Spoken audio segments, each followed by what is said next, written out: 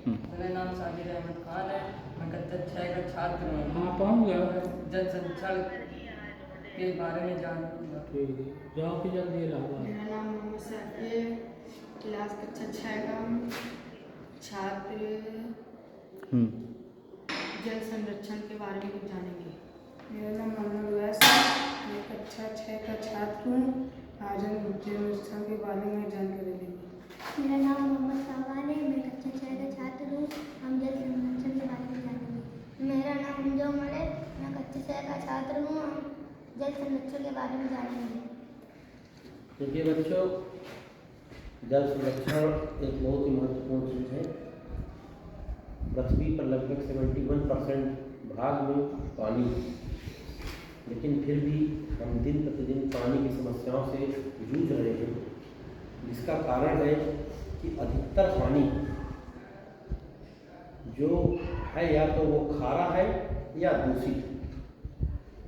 जो समुद्री जल है वो हमारे किसी काम में नहीं आ पा रहा है।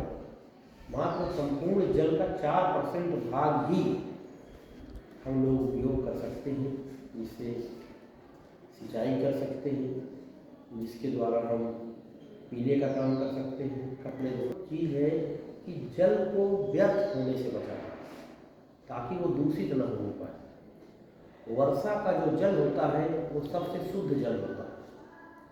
अगर उसका संरक्षण कर लिया जाए और उसको संरक्षित करके जमीन में किसी तरह उसके अंदर पहुंचा दिया जाए तो हमारे भूमि के वाटर स्तर जो होता है, जल स्तर जो होता है वो ऊपर आ जाएगा, जिससे जल की विभिन्न समस्याएं दूर हो जाएंगी। जो ये बड़ी बड़ी नदियां हैं जिनमें मीठा जल होता है, जो पीने के लायक होता है, उनके पानी को हमको रोकना है किसी तरह बड़े बड़े डैम बना के, उपयोग में ला के, नहरों के द्वारा क्षेत्रों में, ताकि ये जल समुद्र के जल में मिलने ना पाए।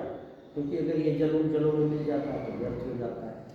दूसरा, क्षेत्रीय स्तर पर आप लोग देखते हैं कि बहुत बड़ी बड़ी कंपनियां होती हैं, उनसे हानिकारक पदार्थ निकलते हैं, रासायनिक पदार्थ निकलते हैं, जिनसे निकलने वाला पदार्थ उस पूरे क्षेत्र के जल को दूषित कर देता है और वो जल जहरीला हो जाता है।